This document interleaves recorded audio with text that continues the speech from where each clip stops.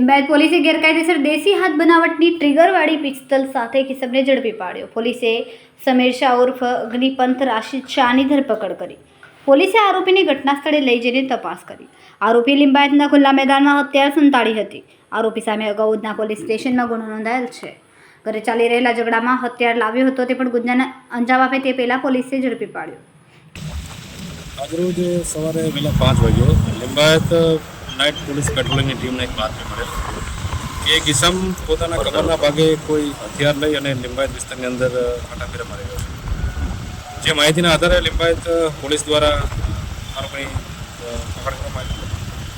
ધરપકડ દરમિયાન એની પાસેથી એક હથિયાર કબજે કરવામાં આવ્યું. રાત્રિનો સમય દરમિયાન હતો તો હથિયારમાં કોઈ રાઉન્ડ મળી આવેલ નહીં.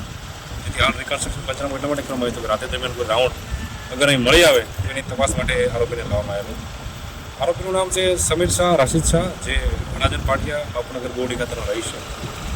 પ્રાથમિક પૂછપરછ દરમિયાન એવું જણાવ્યું છે કે જે આરોપીની છે પત્ની અહીંયા લિંબાયત વિસ્તારમાં રહે છે. 3 મહિના પહેલાં એના લવ મેરેજ થયેલા અને છેલ્લા 3 મહિનાથી બંને પતિ પત્ની વચ્ચે તકરાર ચાલી રહી છે, જે બાબતે અવારનવાર ઝઘડા થઈ રહ્યા છે.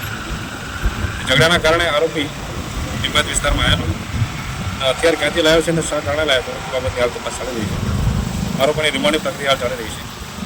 પછી આરોપીને કોર્ટની અંદર રજૂ કરવામાં આવશે અને નામદાર કોર્ટ પાસે રિમાન્ડ માંગશે. સાહેબ, કઈ ઇતિહાસ ગુનાહિત ઇતિહાસ છે? આરોપી વિરુદ્ધમાં હત્યાની કોશિશનો સલામતપુરમાં 2024માં ગુનો દાખલ થયો છે. ત્યારબાદ અવારનવાર 135 CP એક્ટના ગુના આરોપી વિરુદ્ધ દાખલ થયેલા છે અને આરોપી હથિયાર રાખવાની ટેવવાળો છે એવું કહી શકાય. કેમેરામેન હર્ષદ પાટીલ સાથે સુનિલ પાટીલ, સમય મીડિયા ન્યૂઝ, સુરત.